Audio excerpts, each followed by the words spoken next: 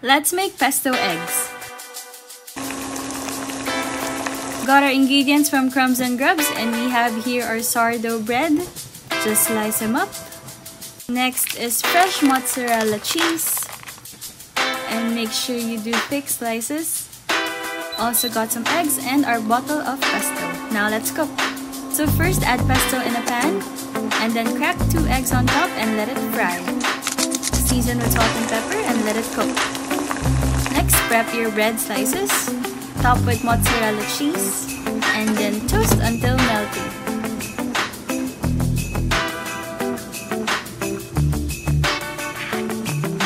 Transfer in a plate and top with pesto eggs.